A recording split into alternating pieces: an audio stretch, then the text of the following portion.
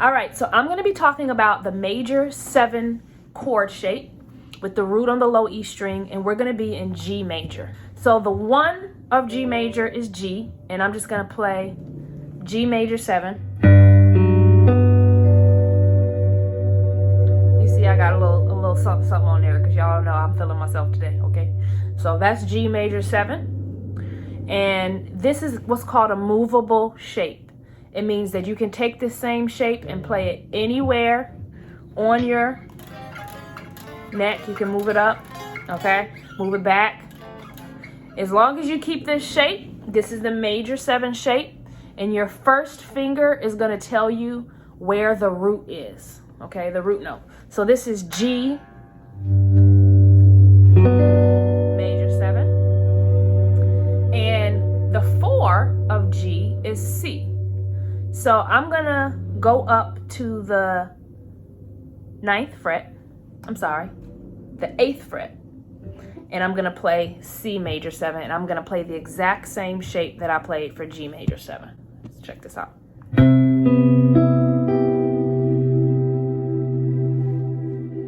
I didn't do much on purpose, y'all. I got my little effect. I have this, I'm coming out of the Helix line 6, and I'm using the Reverb particle verb. So it's just a certain reverb that's making it sound beautiful. But I want you all to hear that this is it's the same exact shape, but you're playing it at a different place on your neck. So here you're playing it at the 3rd fret, starting with your first finger on the 3rd fret of the low E string, ring finger on the 4th fret of the D string, and your pinky on the 4th fret of the G string. Then you have your first finger on the 3rd fret of the B string. Take that same thing and move up to the 8th fret. And then go back down again.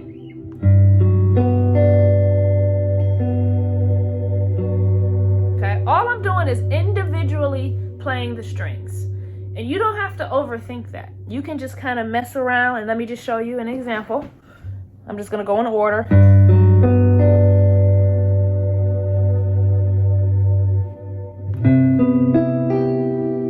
Okay, now I'm going to play the strings, but out of order. Can you feel that difference? Do the same thing here. Okay, so I want you all to experiment.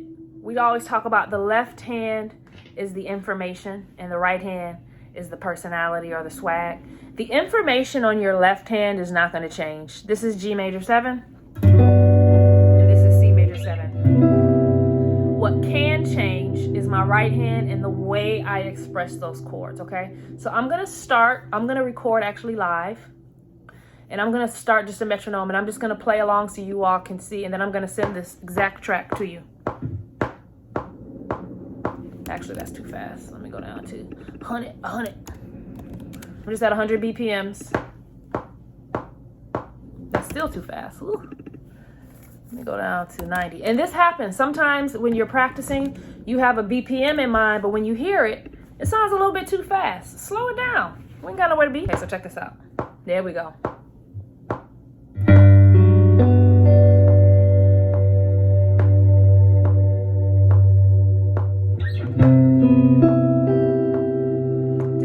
With me, I'm playing the low E string, skipping the A, D, G, B, E, D, G, B, and then slide up again.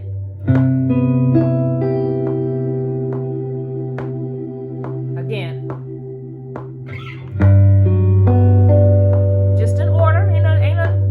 We ain't even got Salt Bay out yet. We just chilling.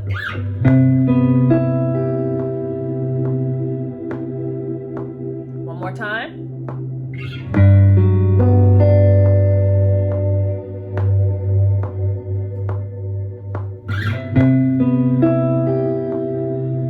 Now that you have that, I want you to just strum all together.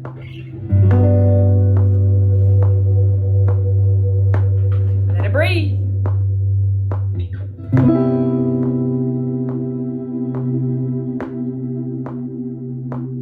Okay. Now I'm going to add some intricate patterns. Watch.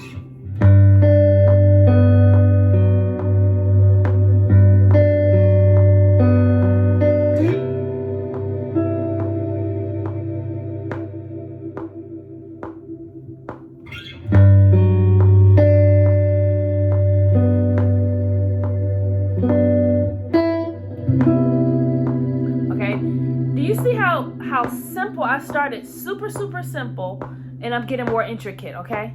So now what I'm gonna do next is I'm gonna add some chords, some rhythm.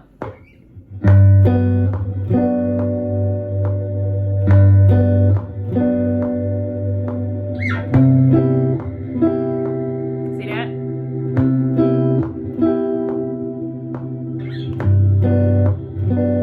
I'm hitting the bass note, bass, strum, bass, strum, bass, strum, okay? Now, this BPM is set at 70. Obviously, you can speed it up, you can slow it down. The point is, I want you guys to get super duper comfortable with these chords because you're gonna use them over and over again. If you're already comfortable with this shape, awesome, you're ahead of the game. What I want you to do is to practice alternating, because this is G major 7 and C major 7 with the root on the low E string. And if that's enough information for you to process, stop there and have at it, because that's enough for you to go into your practice space and get a lot out of just that. But I want to offer an alternative voicing with the root on the A string for players who already know the shape and feel like they're ready to maybe add another shape. So with G major 7, this is the root on the low E string, and then this is the root on the A string. Okay? Many of you already know this shape. You maybe have not connected yet that, wait a minute, this is the same chord.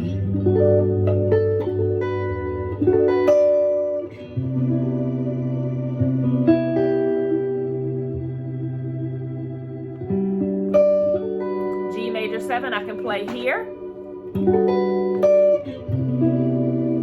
Going back to that C major 7. I got this like angel, like Jesus reverb. I don't know, it's showing you all that sometimes you don't have to do that much.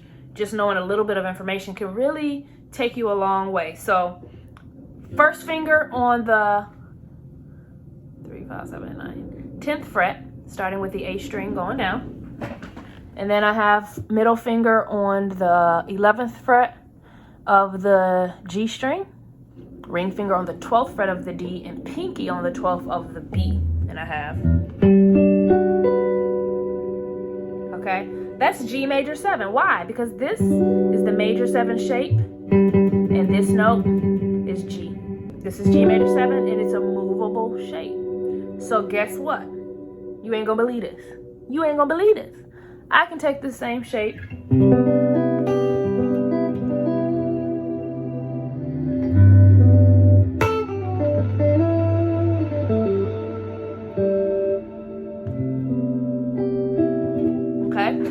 messing around. I'm going between the major 7 shapes on the low E string, which is G major 7 here, and G major 7 here, and then C major 7 here, and then C major 7 here. Okay, because this is a movable shape, I'm now at the 3rd fret, starting with the A string going down, middle finger on the 4th fret of the G, ring finger on the 5th fret of the D, and pinky on the 5th fret of the B, just like the G major 7 you got.